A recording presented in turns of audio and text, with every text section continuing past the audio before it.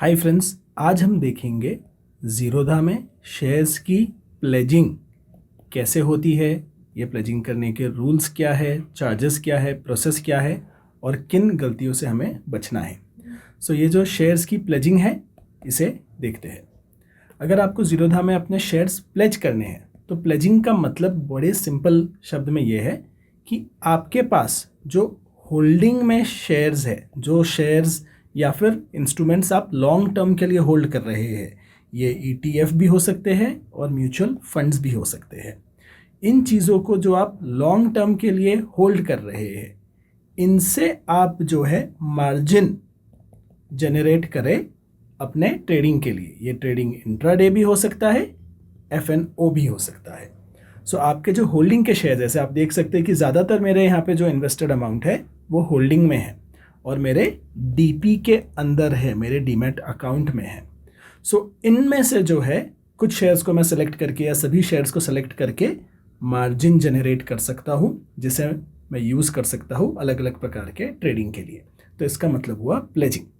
अब ज़ीरोधा में प्लेजिंग करते कैसे हैं? तो प्लेजिंग करने के पहले आपको एक बहुत इंपॉर्टेंट कंसेप्ट समझना ज़रूरी है। प्लेजिंग से जो आपको मार्जिन मिलता है वो दो प्रकार का होता है। तो पहले उसे समझते हैं हम। आप अगर ज़ीरोधा में अपने काइट ऐप में नीचे यहाँ पर जाएंगे प्रोफाइल सेक्शन में, यहाँ पर आप देखेंगे फंड्स का ऑप्शन है। फंड्स को हम क्लिक करते हैं। फंड्स के अंदर जब आप यहाँ देखेंगे तो कोलैटरल जो होता है, प्लेजिंग जब आप करते हैं तो आप कोलैटरल में अपने शेयर्स ज़ीरोधा को देते हैं या अपने म्यूचुअल फंड्स या ETFs जो है या लिक्विड फंड्स आप ज़ीरोधा को देते हैं।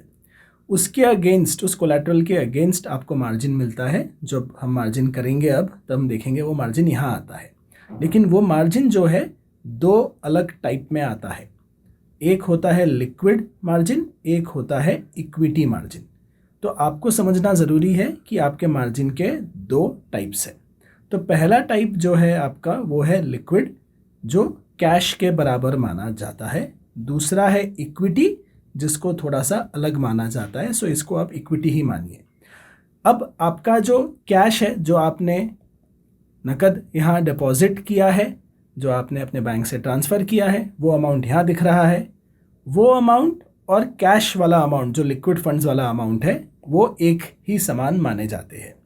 लेकिन जो इक्विटी वाला मार्जिन है, ये इक्विटी मार्जिन जो है, ये इक्विटी मार्जिन आपके शेयर्स के अगेंस्ट आपको जो मिलते हैं या फिर म्यूचुअल फंड्स के अगेंस्ट कभी कभी जो मिलते हैं, उसे इक्विटी की बकेट में डाला जाता है।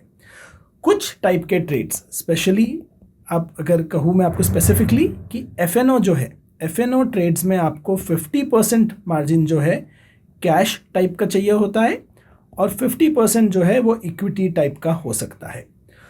अगर आप कोई F&O ट्रेड ले रहे हैं, आप ये मार्जिन F&O के ट्रेड्स के लिए भी यूज़ कर सकते हैं, तो एटलीस्ट 50% या तो इस कैश या इस कैश में से आना चाहिए। तो इनका जो टोटल होगा उसमें से 50% आना चाहिए और 50% आप यहाँ से ले सकते हैं।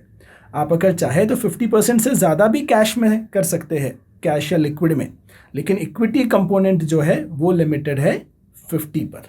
अब एक चीज़ और जान लेते हैं। अगर आप अपने शेयर्स जो है प्लेज कर रहे हैं तो उस प्लेज में से जो मार्जिन आपको मिलेगा, उस मार्जिन को आप किन प्रकार के ट्रेड्स के लिए यूज़ कर सकते हैं। पहला, हम इंट्राडे में बाइंग और सेलिंग, इंट्राडे में अगर आप ट्रेडिंग कर रहे हैं तो बाइंग एंड सेलिंग दोनों आप कर सकते हैं इस मार्जिन के साथ। दूसरा, आप अगर फ्यूचर कर रहे हैं तो फ्यूचर्स में अगेन बाइंग एंड सेलिंग दोनों परमिटेड है। लेकिन अगर आप ऑप्शन कर रहे हैं, ऑप्शन ट्रेड्स में सिर्फ सेलिंग अलाउड है, ऑप्शन बाइंग जो है वो अलाउड नहीं है ज़ीरोधा में इस मार्जिन को यूज़ करके।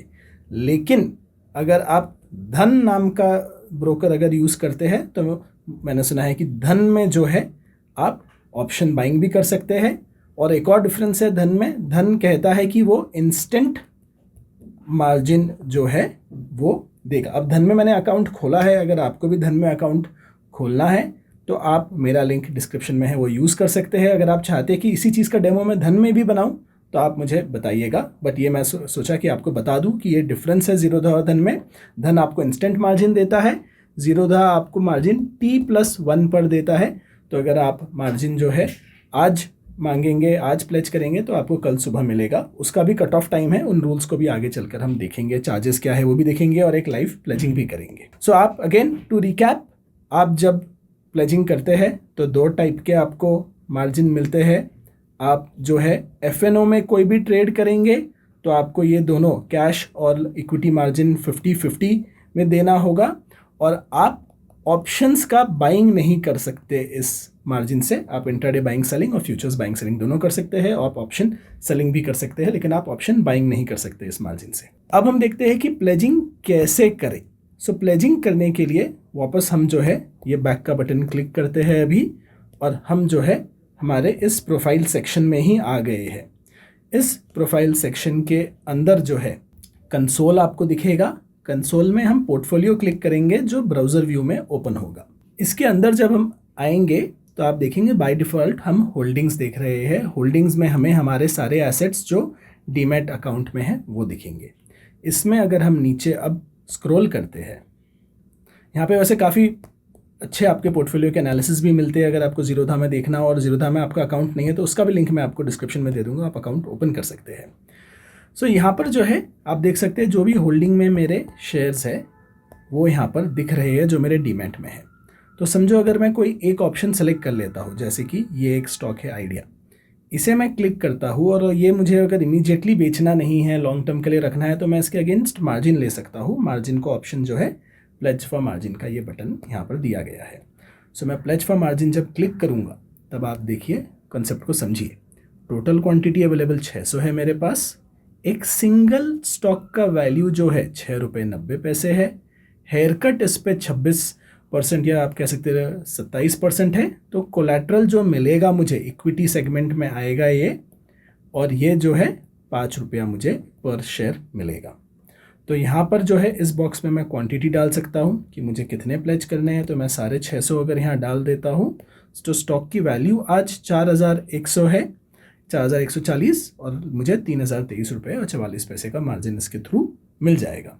अब इस ऑप्शन को यहाँ पे जो टिक बॉक्स है इसे क्लिक करने के बाद नीचे यहाँ मैं सबमिट का बटन दबा सकता हूँ। याद रखिए ज़ीरोधा के करंट रूल्स ये है कि 2 PM और 5 PM 2 बार वो प्लेजिंग के इंस्ट्रक्शंस जो है एग्जीक्यूट करते हैं। इस वक्त 3:30 बजे है तो 5 बजे तक ये एग्जीक्यूट नहीं होगा। तो मैं सबमिट दबा देता हूँ। तो सबमिट दबाने के बाद ये देखिए एरर प्लेजिंग एक रिक्वेस्ट आया है यहाँ पर, इस एरर को भी हम समझ लेते हैं। सो दोस्तों इस एरर का मतलब जो था वो ये है कि आइडिया जो स्टॉक जो है जिसे मैं प्लेज करने की कोशिश कर रहा हूँ उसका मैक्सिमम ट्रेडिंग मेंबर, मतलब ट्रेडिंग मेंबर यहाँ पर ज़ीरोधा है, ज़ीरोधा के लेवल पर मैक्सिमम जो है इस स्टॉक का प्लेजिंग लिमिट हिट हो गया है। तो अब जो है यहाँ पर इसका प्लेजिंग अलाउ नहीं किया जा रहा है, जो कि बहुत ही इंटरेस्टिंग फैक्ट है। मेरे साथ भी है, पहली बार हुआ है, क्योंकि ये छोटा स्टॉक है, इसमें लिक्विडिटी भी शायद कम होती है, मार्केट कैप भी कम है। तो हम कोई एक बड़ा स्टॉक पिक करते हैं, तो हम यहाँ महिंद्रा एंड महिंद्रा ले लेते हैं। वहाँ पर मैं एक्सपेक्ट करो लिक्विडिटी ज़्यादा होगी। प्लेज फॉर मार्जिन करते हैं। बाय द वे दोस्तों, आप अगर थोड़ा सा ये जो आप सोच रहे हैं, ये जो हेयर कट यहाँ दिख रहा है, आप देखिए स्टॉक की वोलेटिलिटी के हिसाब से ये प्लेजिंग होता है। सो ये हेयर कट कितना होगा वो आपको पता चलेगा। तो इस हेयर कट के बारे में एक बहुत इंटरेस्टिंग चीज़ वीडियो के एंड में मैं आपको बताने वाला हूँ, आपको प्लानिंग में बहुत ज़्यादा उससे मदद होगी। तो ये क्वांटिटी टू बी प्लेज मैं यहाँ पर 6 महिंद्रा एंड महिंद्रा डाल देता हूँ। तो ये मुझे बोल रहे हैं कोलैटरल मार्जिन जो है 6300 रुपये का मुझे मिलेगा। इसके लिए चार्जेस क्या लगेंगे अगर आप सोच रहे हैं, तो 30 रुपया प्लस GST जो इस वक्त 18% है वो मुझे चार्ज लगेगा, विच मीन्स 35.4 रुपीज़ टोटल लग जाएगा मुझे। सो यहाँ पर मैं ये सबमिट कर देता हूँ, और ये यहाँ पे देखिए ईमेल भी कह रहे हैं इन्होंने मुझे भेज दिया है सक्सेसफुली, और ये please authorise pledge on CDSL ये कह रहे हैं। ये जो प्लेज का रिक्वेस्ट है ये अगर मुझे कैंसिल करना है तो 5 बजे जो एग्जीक्यूशन है उसके पहले मैं वापस महिंद्रा एंड महिंद्रा क्लिक कर सकता हूँ, और यहाँ पर देखिए कैंसिल प्लेज रिक्वेस्ट का भी बटन है। तो मैं कैंसिल प्लेज दबाकर यहाँ कंफर्म करके इसे कैंसिल भी कर सकता हूँ। इस वक्त मेरा इंटेंशन है कि ये प्लेजिंग करके मैं आपको मार्जिन भी दिखाऊँ। तो कल सुबह मैं वापस इस वीडियो का सेकंड पार्ट शूट करके मार्जिन वाला पार्ट भी इस वीडियो में ऐड करूँगा। सो दोस्तों जैसा कि एक्सपेक्ट किया था, POA से काम नहीं हुआ है। वेरिफिकेशन या प्लेज रिक्वेस्ट करके ईमेल ज़ीरोधा से आ गया है। CDSL पर ये हमें वेरिफिकेशन करना है, उसके लिए यहाँ पर ये क्लिक हेयर का बटन दबाना है। सो इस बटन को हम दबा देते हैं। अब यहाँ पर एक CDSL की वेबसाइट खुल गई है जहाँ पर पैन नंबर डालना है। इस पैन नंबर को डाल के हम मेरे 2 इस वक्त रिक्वेस्ट है पेंडिंग, उन्हें हम एक्सेप्ट कर सकते हैं। सो यहाँ पर जो है मैं पैन नंबर एंटर कर देता हूँ। पैन नंबर एंटर करने के बाद मैं सबमिट बटन दबा दूंगा। अब सबमिट करने के बाद देखिए यहाँ पे प्लेज ट्रांजैक्शन जो है 2 प्लेज ट्रांजैक्शन है। इन दोनों को सेलेक्ट करने के लिए यहाँ पर मैं टिक करूँगा और फिर जो है मैं यहाँ जनरेट OTP जो है उसे क्लिक करके OTP जनरेट करूँगा। सो दोस्तों OTP मैंने यहाँ एंटर कर दिया है। अभी सबमिट का बटन मैं दबा दूँगा। सो सबमिट के बटन के बाद ये डिस्क्लेमर आ रहा है, फिर हमें ओके दबाना है। ओके दबा देते हैं और ये वापस सेशन एक्सपायर्ड का एरर आ गया। ये पहले भी मुझे आ चुका है, तो एक बार फिर से हम जो है हमारा पैन नंबर डाल के यहाँ पर OTP जनरेट करेंगे। सो दोबारा दोस्तों हम ये अप्रूव करके जनरेट OTP कर रहे हैं और तुरंत इस बार बिना समय को ख़राब किए हम OTP एंटर करेंगे। सो दोस्तों OTP एंटर करने के बाद सबमिट का बटन हम दबा देते हैं। यहाँ पर डिस्क्लेमर के बाद ओके क्लिक करते हैं और इनवैलिड OTP का हमें एक एरर आया है। सो हम वापस देखते हैं कि क्या गड़बड़ हुई है। दोबारा सेम OTP डाल के हम ट्राई करते हैं। OTP तो यही आया है। ओके दबा देते हैं और यहाँ पे सेलेक्टेड ट्रांजैक्शन वेरिफिकेशन सक्सेसफुली। जैसा तो कि दोस्तों आपने देखा कि यहाँ पर 2 बार हमें प्रॉब्लम आई। एक बार हमें उसने सेशन एक्सपायर्ड बोला, एक बार रॉन्ग OTP बोला, लेकिन तीसरी बार में ये हो गया। तो 2-3 बार ट्राई करके ये ट्रांजैक्शन हो जाता है। ओके क्लिक कर दीजिए। ओके सो ये प्रोसेस होने के बाद अब हम एक्सपेक्ट करेंगे कि कल सुबह जो है हमारा ट्रांजैक्शन दिख जाएगा ज़ीरोधा में, तो उसे देखेंगे।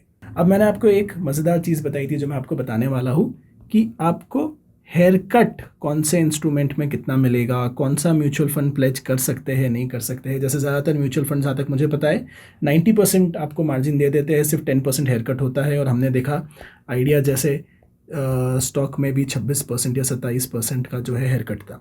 तो उसका एक लाइव एक्सेल शीट होता है जो ज़ीरोधा मेंटेन करता है। तो उस शीट को देख लेते हैं।